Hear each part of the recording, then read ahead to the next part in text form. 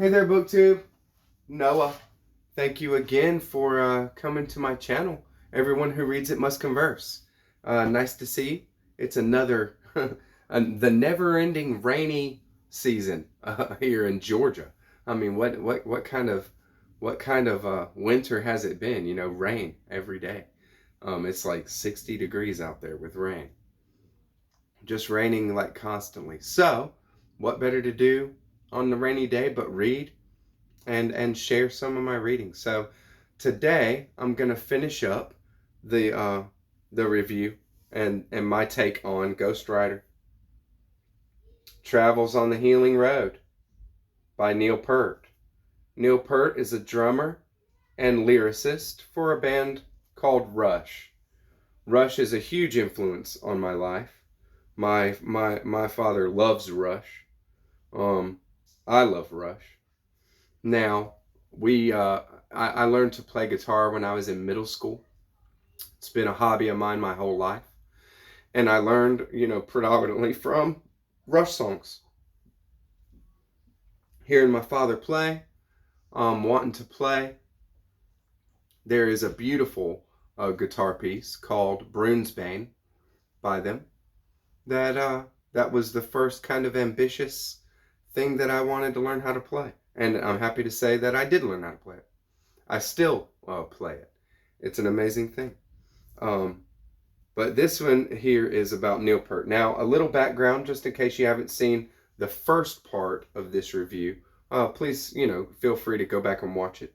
But I'll touch on, I did a review when I was about halfway through this book, so I'm not going to give, the whole first part. I'm just going to give my whole take, and then read uh, a few excerpts from it, because there's some great stuff, and give you some of his words is the way to go.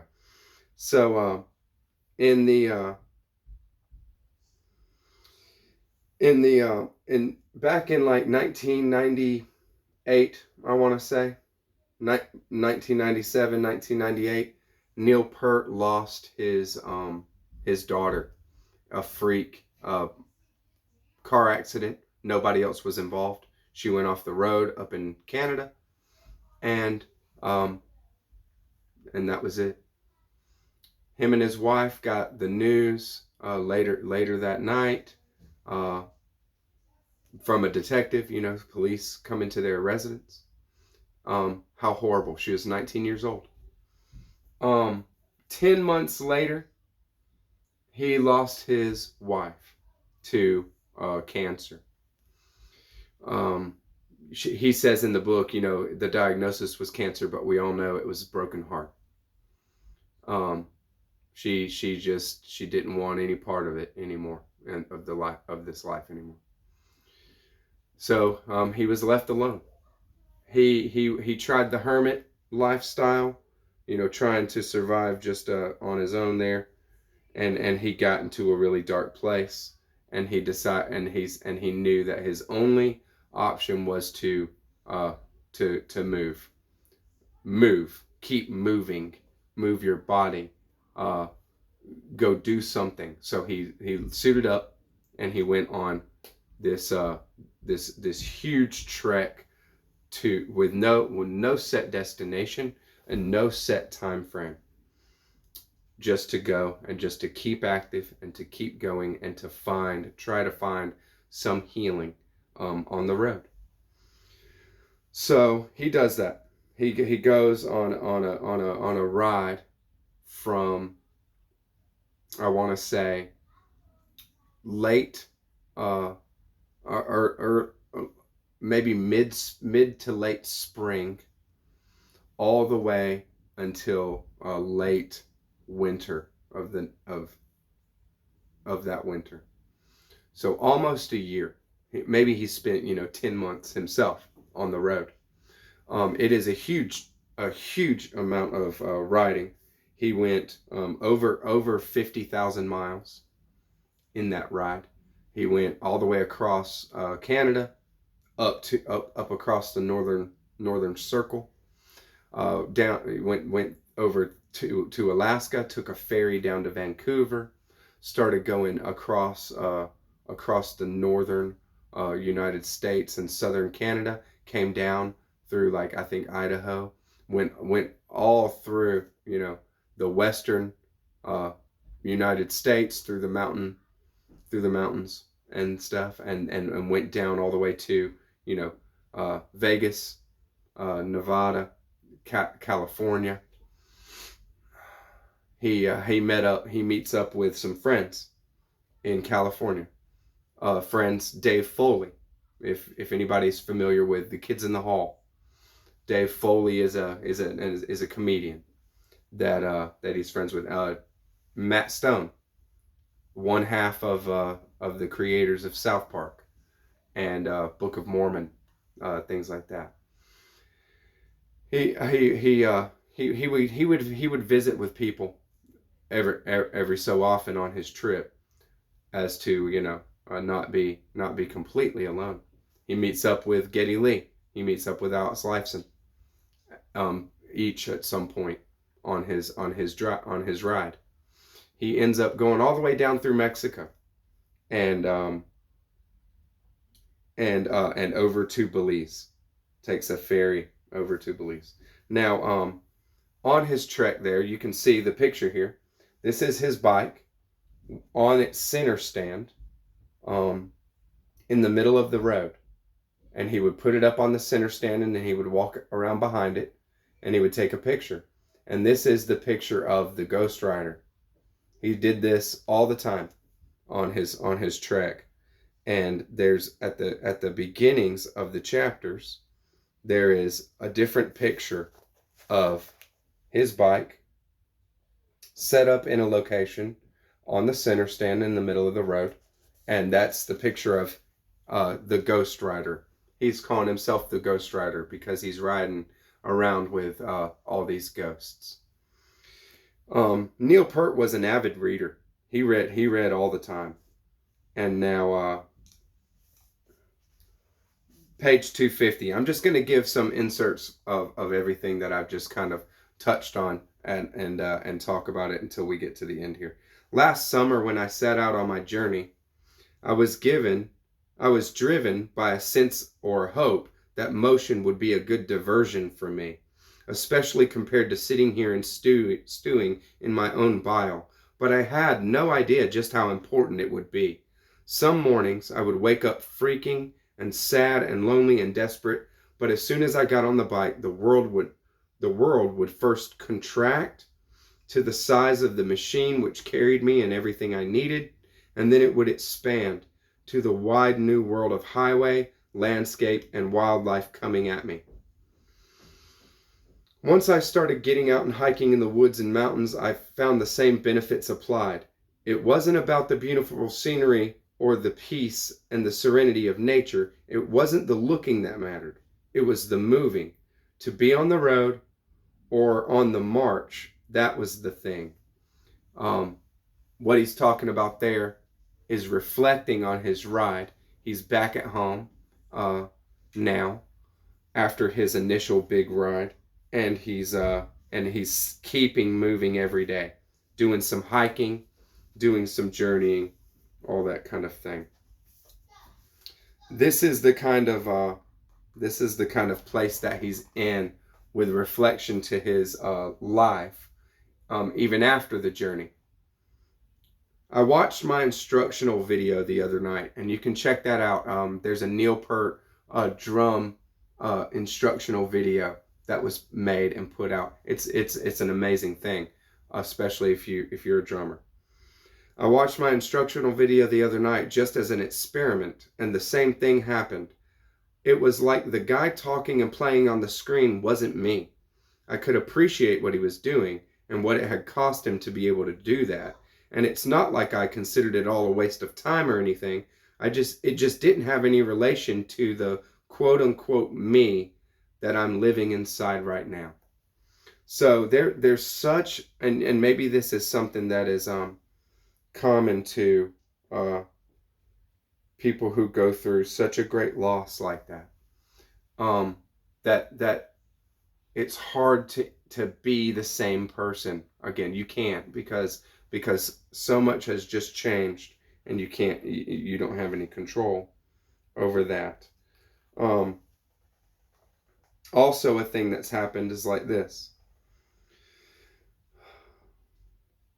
The ghostwriter was another fairly separate facet of my personality, a more romantic, reflective character, the one who gave me the restless urge to keep wandering, who responded to the highways, landscapes, and wildlife, who chose the roads and scenery through which John Elwood would navigate us. John Elwood, that is another, he's referring to himself. His middle name is Elwood.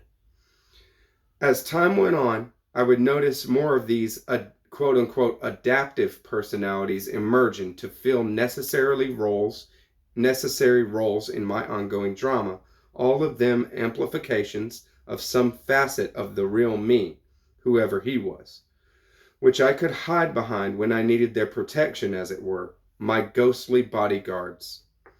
However, I always felt centered as an entity, however amorphous or Morpheus, and I thought of myself simply as a man made up of the remains of the quote fool I used to be.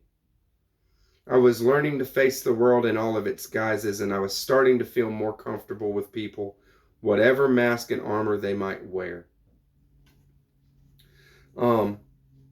He calls out many times that he's so thankful and grateful for his friends and for his family members that have helped him through stuff.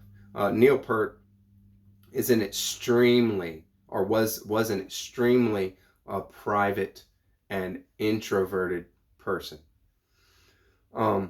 He did not process emotions very well, or at all. He was very much in his mind, locked in his mind, and very much he was a big reader, but he would read his readings are a lot of fiction and travel books. He always read about the places that he was going.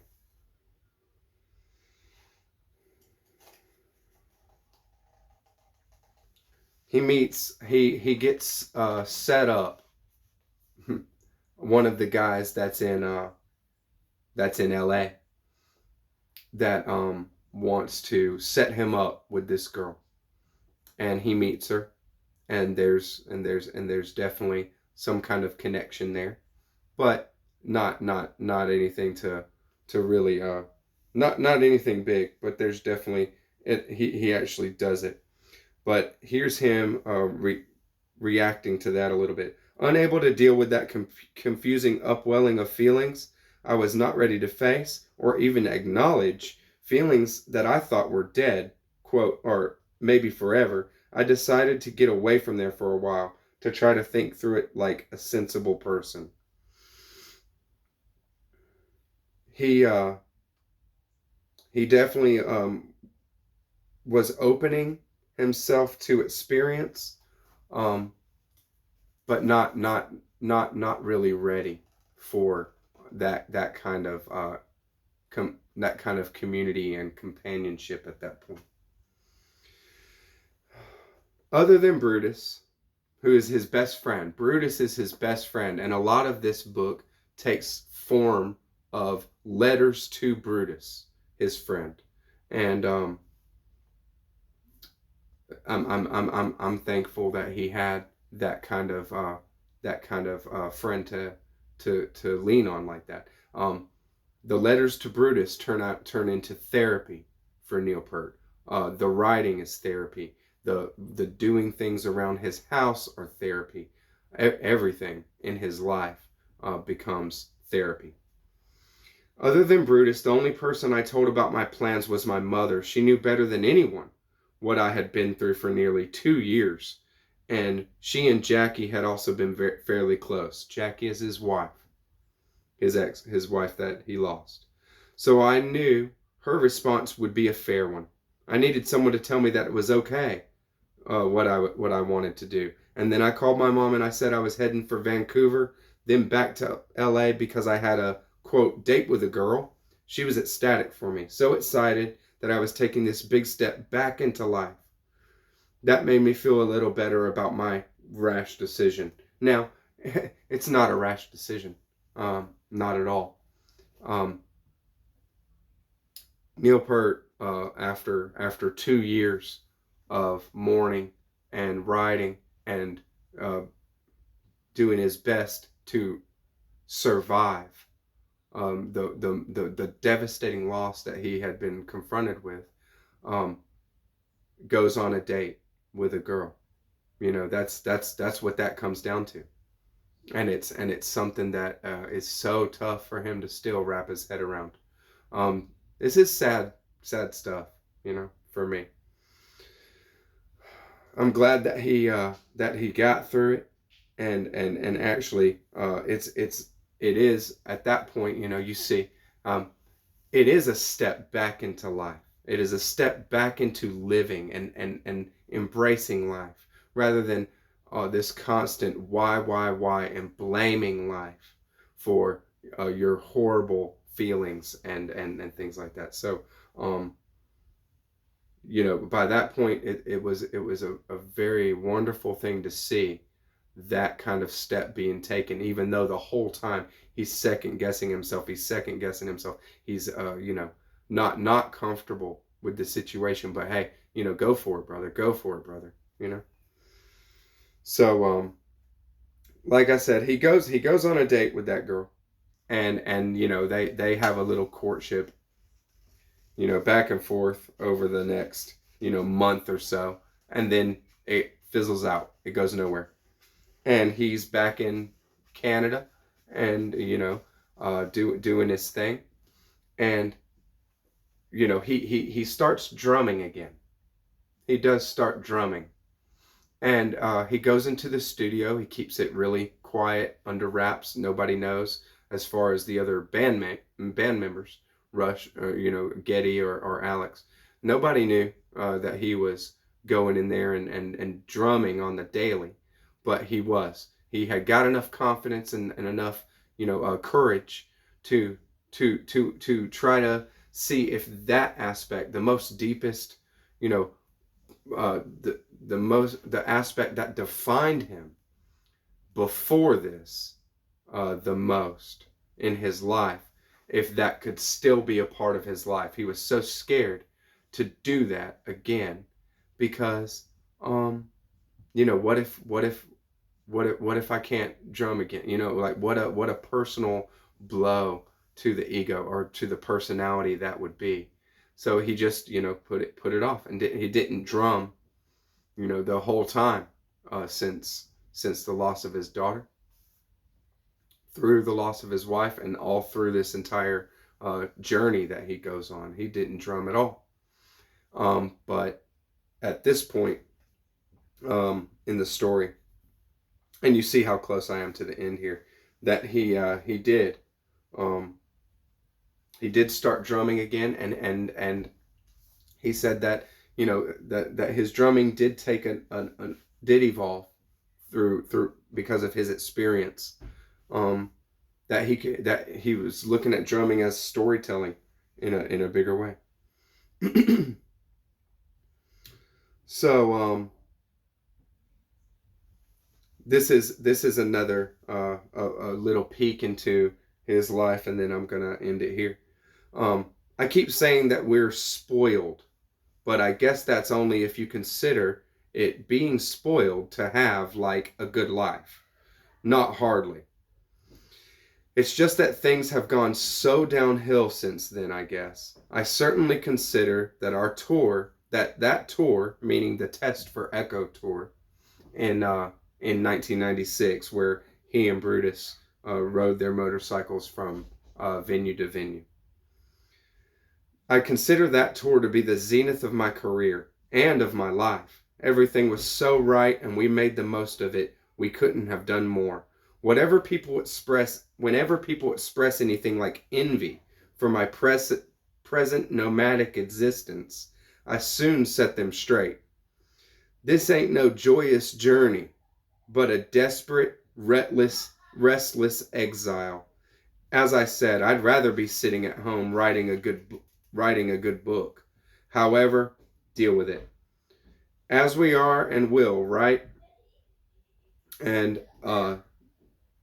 there it is, that the moving, and you know, at that, he has gone out on another jaunt, not near as long as the first one, but another jaunt through the winter, to not have to spend Christmas at his house, and be confronted with Christmas memories at his house.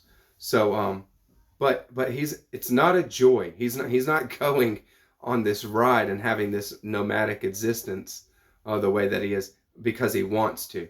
It's a necessity for him at that point.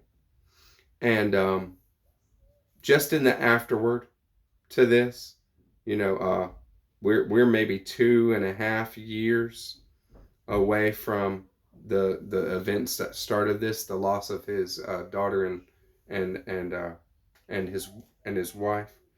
And he went and lost to Los Angeles, um, and Andrew, a buddy of his, introduced him to Carrie, my real angel of redemption. In less than a month, we were deeply in love, and in less than a year, we were married in a wedding near Santa Barbara.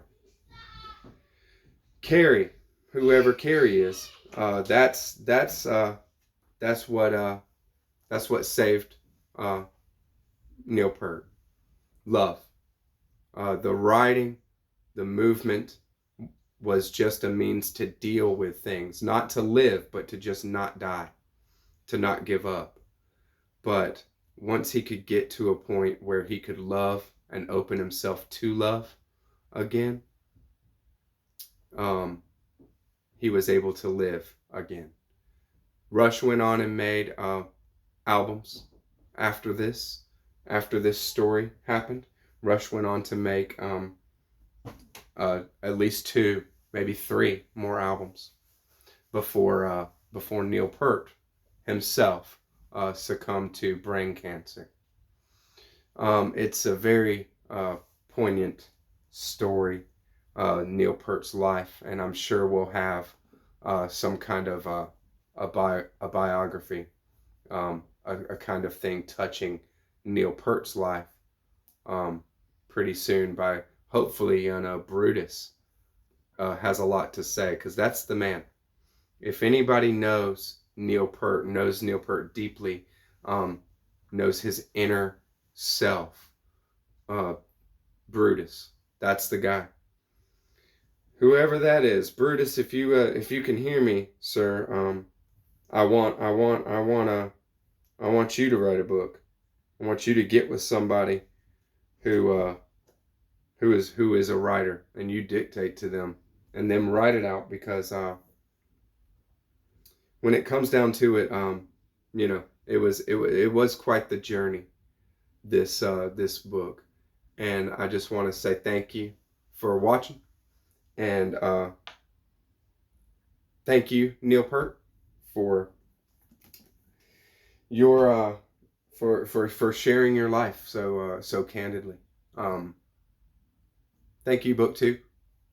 If you enjoyed this, please like and subscribe. I'll catch you on the next one.